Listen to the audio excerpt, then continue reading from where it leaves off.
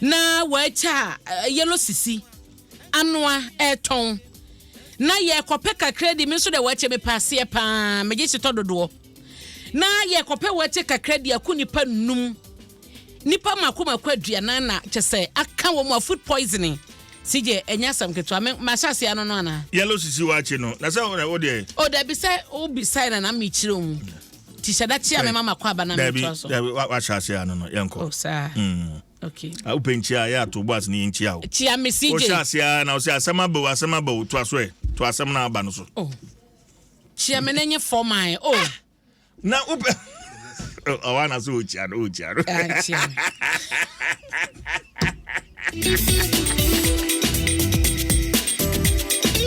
Abrante saying nyame adom me ho ye pa obusu hira me oh nyame adom bibi aboko na nso ye ho ye sa ye ho ye pa me se na wonso me ho ye na akase ye ho ye a woni hwan oba sije na wonso ejo oba no hom kronkron no mo ka no esewa osoro abofo nyina so e ka me ho nti ye ho ye esewa sije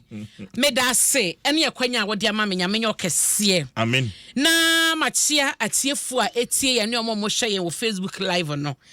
enkomo no me de da obokrata daily graphic ena ehase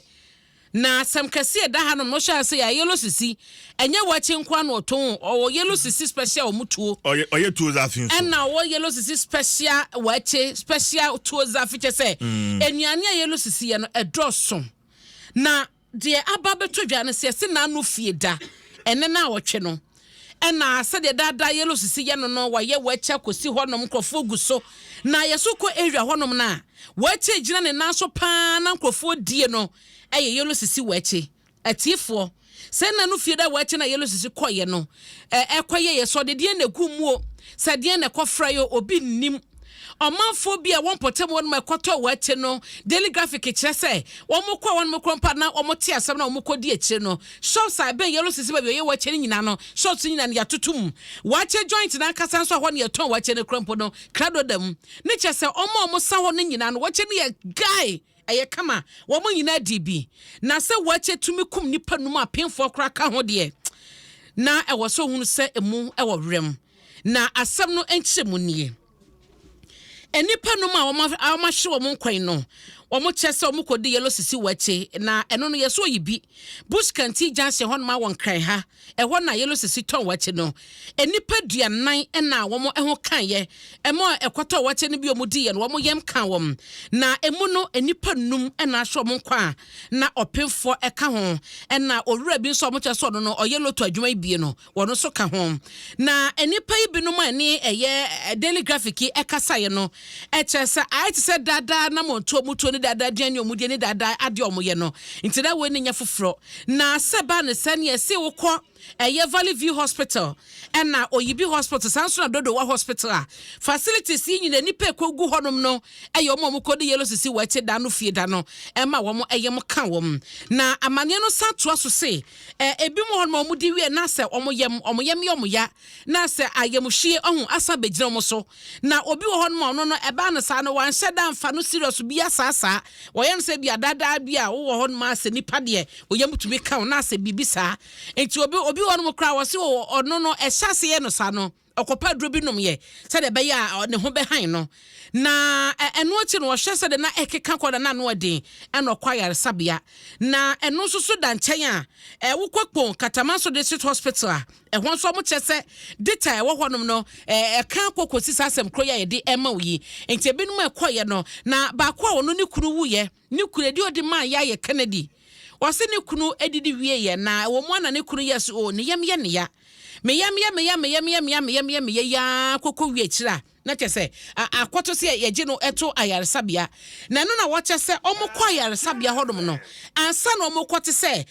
nipa bi krompa ye de omaba hodom no soso no omo so sa ye mohwe ne eyem wo sa yem na kasa na ye wo bi ekekaw na bi wo Yo bia obu atime kasem yem yeti bisa sa kekawa na ewo eno na ye betimi die hu na de kopotia eye no omo nyina kwakogwa yare sabia honom entime no ekase no oyibi police station asem no mo nsem omo yemu hwehwemu besi ene no daily graphic chese omo ko hospital no a doctor phone to me chese say no kro say eye food poisoning ene di sense so we baye anasa te sen omo so mugu so era ne test ahodo no hye say edien na betumi akwa wachenim na enye so manfo nko yellow sisi akasa kro na busuafo ni bi no wo mo che wo sa so budi wache ni bi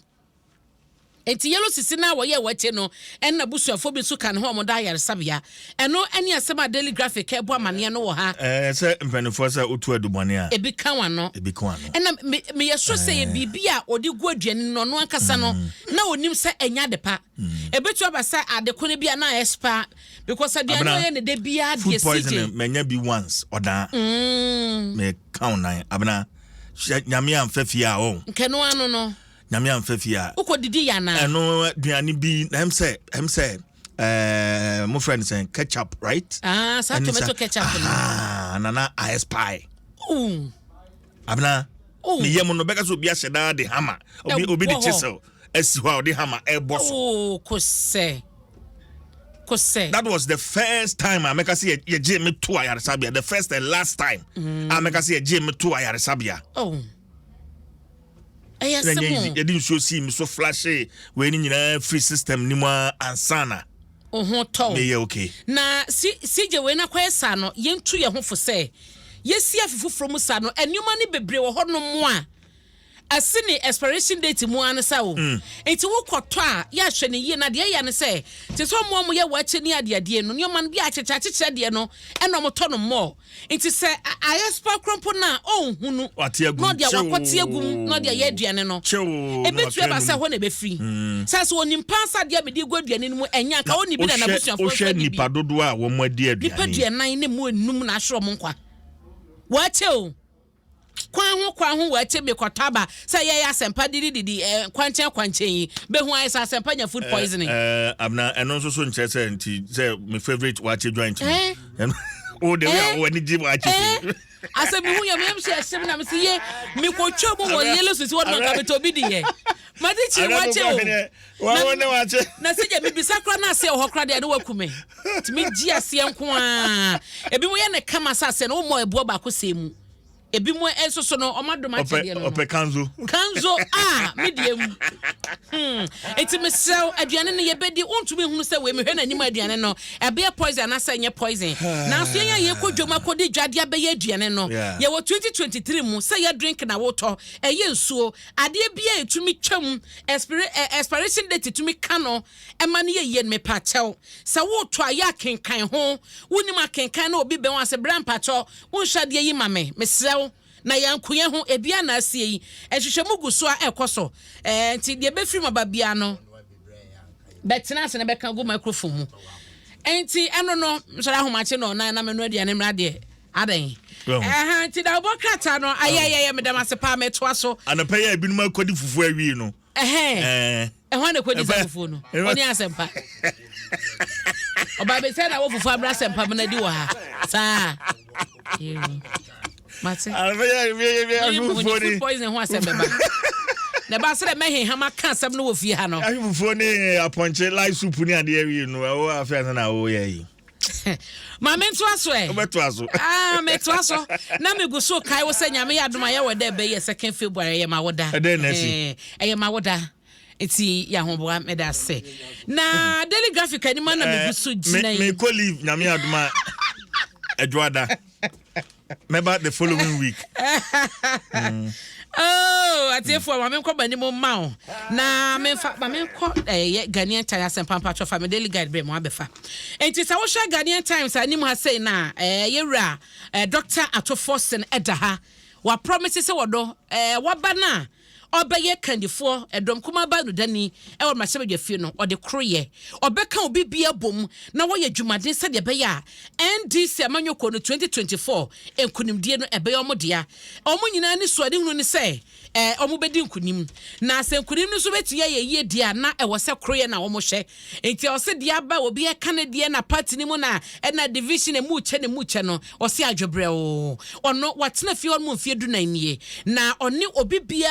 ye adwuma obi obeto na o so ye kandifo de wone na ye adwuma wadidi o mo na ase wone ne fefom na sebja fo tutu no ma e wodom kumam na ye adwuma che enti no owo opepa no so de besom party no ene wo mo enhyehyɛ na no na wo hwɛ daily guide a wono ne de na ode ba ye na chi no yewura asenwasemra sebedwani wono so de ne de ato so to no fo sɛ asa o pray de hododo nti onya abotre waso anlela se kra won to de bo na wo mo enhye se woni enipa wodro bi ni mpanyifo bi so no ebedin komo ansa na watotumika ede sinsem bia betututu ya se de wo ye no nti se won so no on relax kakra na aso o ya rase enyoma bi na enkita hodie ene kasase ekoso nyina no enwie ansa na entoaso bia ho no ma wo mo de atoaso na CJ asem bi wo Ghanaian Times ase wo hu katafeto so miensa meka ye no nigye na me pesa me boso ema on yesi business woman bi a friend Josephine amekowu na hohoi magistrate court asese mami entua 600 Ghana cedis na on sentua 500 Ghana cedis empatasika enfama hohoi mansino assembly no de na oyeye yesi okwo ma tade bi mu o ena sema me no wo sikanti no CJ wakwesi dan wotade ni mu na assembly ne chaso mo kwato se ma mini si dan ho no mo ka chense da bi oni kwan so be si dan e wo ho no sanse ho no eye ba bi a assembly na baya sase a wo maje o mo de be hwe se o mo de be ye kuadwuma enti wontumi si no mo bo ne kokko o mo kwasan ba bi ma me na si dan no awie krompa san bi won chen na je asema assembly for the be ka chere no wanfa nya adwuma eno mo chese da bi o mo ntumi ntina se ma obi se wo sika obetumi de afele tade mu ama na ba so wasi udan wo mo se so to so na ho nyina yiri enti o mo tete bi be ho de ensuye na ekum wom na wasan be sudan de si tade mu o mo nte ase eno mo tabi ne din ko gina court e wo no okopa court achew agi de fom so atum so court afa nche no enti court se maami Mami Josephine, una wosika. Na scan crosses so 600 Ghana there so obetumi atua ne simple kra o. E ka court board no. E ka court board no. No wasan tua 500 Ghana e de ama assembly no. E dan no mo ye ne dan. E dan ne de according to assembly no on bebu agu. Enti ayon. It's not enough punishment. It's not one ti why man sin assembly na yade. Na so asotwe na esika court gi de. Esa. Esa dodo. Na enti assembly ni de adwiri on begiragu. Eno so ho asem ho asenti da no na mepese ye bo hohoi assembly na ba so. Enti kran ha say no mansi ahodo ne assembly na wo ha mo hwe nsua. Mokona mokotwera momfanya adwuma monkogigigi sika na munya nkrofo mo mu si ada ne nsi nso mu nsi ada ne nsi lo kwan mu na no so na akwakoda ne asem foforo de amaye ochina bi wahu eno ho asem da ha se ya ye bo ma ba so pa mawie Abraham me time no aso